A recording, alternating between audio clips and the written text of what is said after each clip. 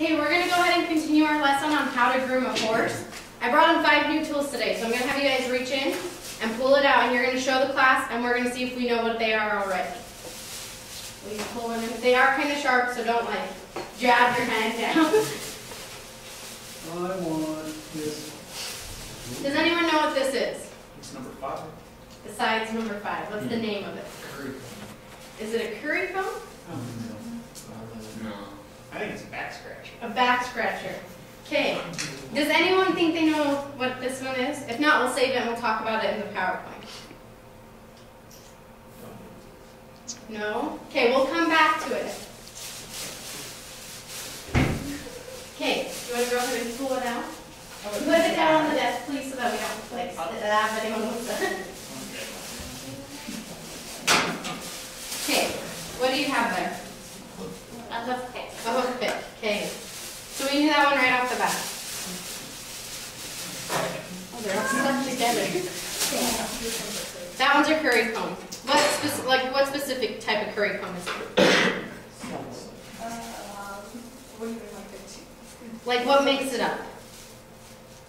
Well, it has many pieces in there and circles. And it's a metal one, right? So metal, and it's a double-sided because we've got teeth on both sides.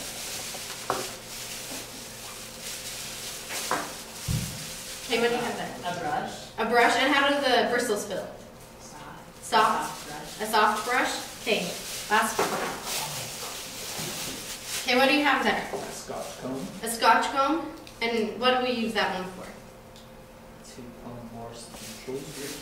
To comb the horse what? To get deep into the hair. To get deep into the hair. Start. Good. Okay, we're going to go through more of them in more depth, because some of these we were still unsure about, right? Nobody knows what Dave's is.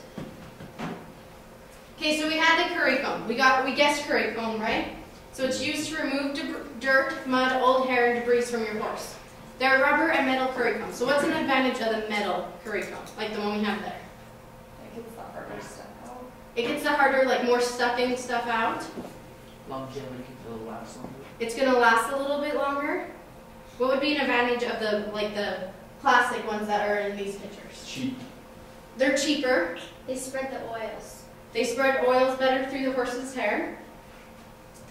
I know one advantage I found in the metal curry combs is that winter hair you have in the horse comes out a whole lot better with the metal ones than it does with the little rubber ones. The rubber ones don't seem to grab the hair and help them pull it out as much.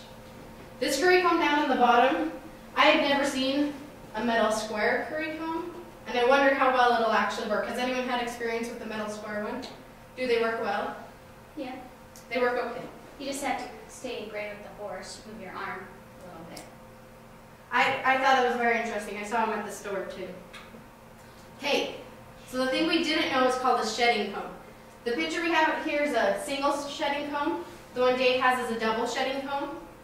They're especially good right after winter because it gets that long hair out, really pulls it down, or right after an exercise to get the sweat, the mud, and that excess hair that's still on the horse. So like it says, main intent to get the excess hair off. What's the nice thing about the shedding comb you have there? Like, is it very versatile, or can we only use it one way? You can do all sorts of things with this. You can do all sorts of things with it. Open it up. Pull this thing out. Good. The main thing that I wanted to point out is it does open up, so you can use it more in like a linear fashion and go down the horse, or you could do just the circle. What do we want to keep in mind when we're using the metal curry comb and the shedding comb? Don't leave them outside so they rest. Don't leave them outside so they rest. That's a very good point. What did you say, Sid? It's metal, you can cut the horse if you're not careful. Yeah, it's metal and we can cut the horse, so we want to be careful with it. We don't want to obviously go up there and really push as hard as we can to groom these horses. Okay, brushes. Amy had the brush. So we have a couple different types of brush. There's a dandy brush or a body brush. You can get them in all different kinds of bristles, but usually your dandy brush has a little bit more, they're a harder bristle than your body brush would be. Your body brush is more for finishing, spreading out the oils. The dandy is more for sweeping out that dirt that you brushed up with the curry comb. How many of you guys have heard dandy brush before today? One person, so do you probably own horses? Most people don't hear the word dandy brush. You more often hear like soft bristled, medium bristled, or hard bristled, just to refer to the actual bristles on the brush. You can also have like a metal attachment, which means they attach to a metal plate, or just a wood attachment. Okay, so what did you say we had over there? Scotch comb. Scotch comb, good. So there's numerous different types of combs that we can use. They're mainly used to comb out the tangles in the horse's mane and the tail. I like the Scotch comb because I feel like it gives it a better length than the little plastic combs to try and use. They also have these ones. I just don't feel like you have the angle on it, but they are, a lot of people use them, or a lot of people will use these new plastic ones that are just like a person's hairbrush, because it's a little bit softer and doesn't break as many of the hair lengths on it. Do any of you guys have a preference on some of these Scotch brushes or hairbrushes? No preference. No preference. You're good with any of them. Like I said, I like the Scotch comb better because I feel it brushes it through better and combs it through better.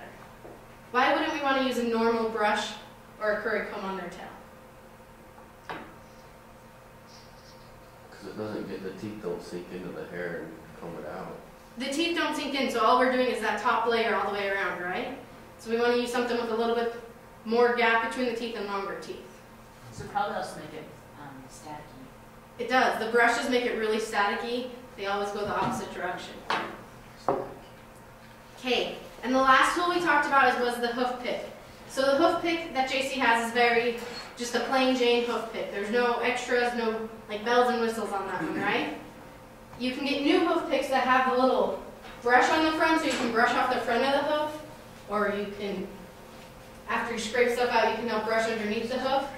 Or they have the ones that have like the rubber on the handle, which make it nice so they don't jab you in the hand.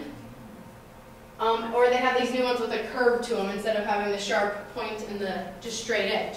What would be some benefits of just your normal one there? Cost. Cost. It was very cheap, right? We're not getting a whole lot with it, but it does the job.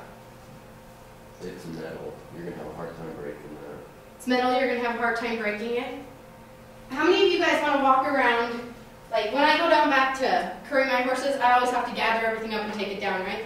How many of you want to walk around with one of these in your hand, because that's bigger or a little bit bulkier? Or how many of you, like I can put that one in the back of my pocket and not worry about it like poking me in the back or having the brush go all haywire. Okay. Was there any questions on the tools that we went over today, the 5 tools? Okay, so we're going to watch this short video clip, and I want you guys to make a list of all the tools that you can see in the video clip.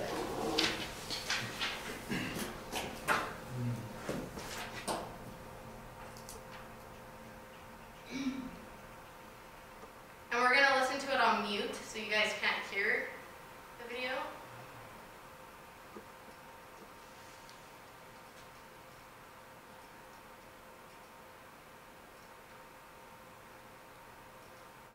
How many tools did you guys get? 5.